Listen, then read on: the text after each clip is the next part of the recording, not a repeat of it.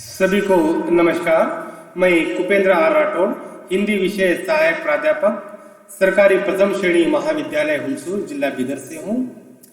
गुलबर्गा विश्वविद्यालय Kalaburagi NEP syllabus के तहत आज हम खून का रिश्ता नामक कहानी का अध्ययन करेंगे। कहानी है खून का रिश्ता और कहानीकार है भीष्म साहनी। हमने पिछले कक्षा में देखा कि मंगलसेन को लेकर जो उनके बड़े भाई हैं, बाबूजी हैं, कैसे उन्हें डांटते हैं, उसका जिक्र हमने किया। पात्र परिचय के बारे में अध्ययन किया। तो हम उसका अगला जो भाग है उसके ऊपर आज हम सविस्तार के रूप में जानने की प्रयास करेंगे। मंगलसेन एक जमाने में फौज था। रसोई घर में जब वह विरजी सगाई को लेकर कौन कौन जाना है कौन नहीं जाना है, बाबूजी जब मंगलसेन को रामदास से किराए पैसे के बारे में जब पूछता है तो मंगलसेन वसूली की बात कहता है।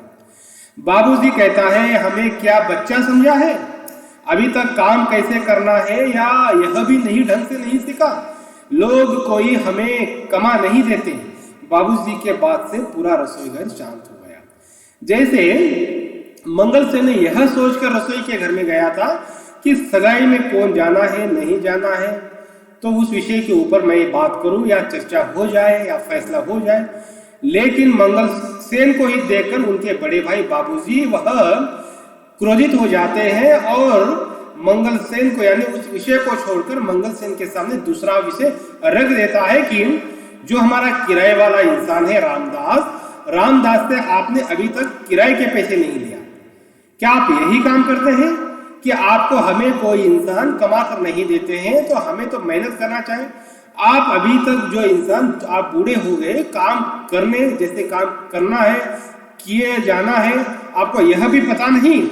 तो वह बाबूजी मंगलसेन को डांटते हैं। उनको जैसे कहानी का जैसे शीर्षक है खून का रिश्ता, जैसे शीर्षक है, बिल्कुल वह कहानी खून का जो रिश्ता उनके विपरीत चलती है।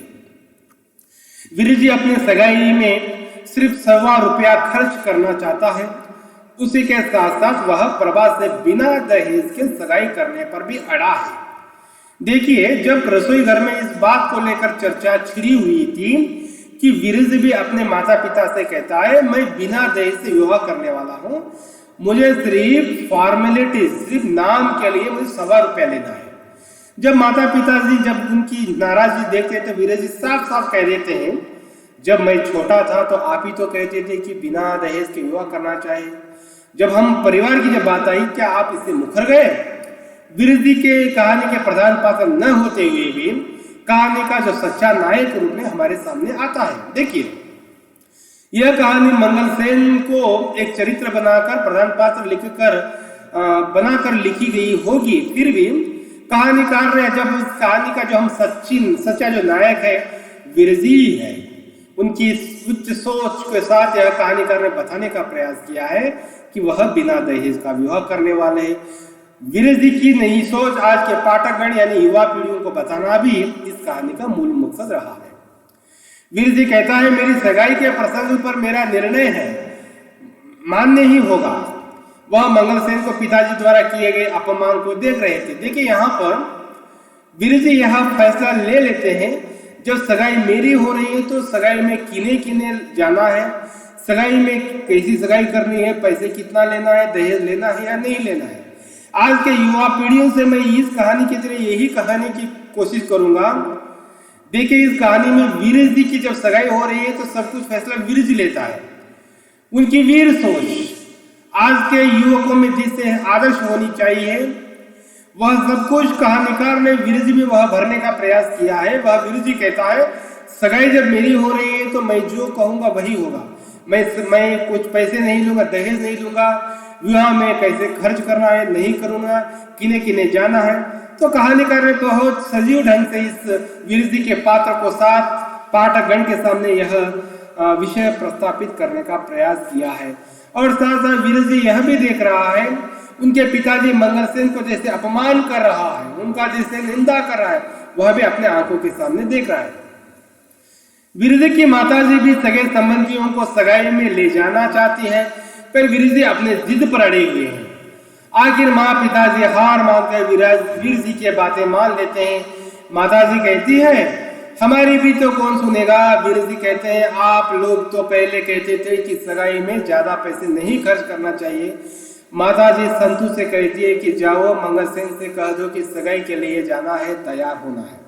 जिससे आखिरकार वीर जी यह सोच लेता है कि यह पक्का ठान लेता है कि मेरी सगाई में सिर्फ चाचा जी मंगलसेन जाएंगे और मुझे सगाई में कुछ पैसे नहीं लेना है। तो माताजी यह घटना संतु से यह कहती है कि मंगलसेन से कह दो कि आपको सगाई में जाना है, उनको तैयार रहने के लिए कह देती है। उस वक्त मंगलसेन के पास पहनने के लिए तो अच्छे कपड़े नहीं थे। माताजी बाबूजी से कहती है पगड़ी कोई पैजामा है तो दे दो। वीर जी चाचा को पैजामा पहनाते हैं। संतु बूट पॉलिश करने लगता है।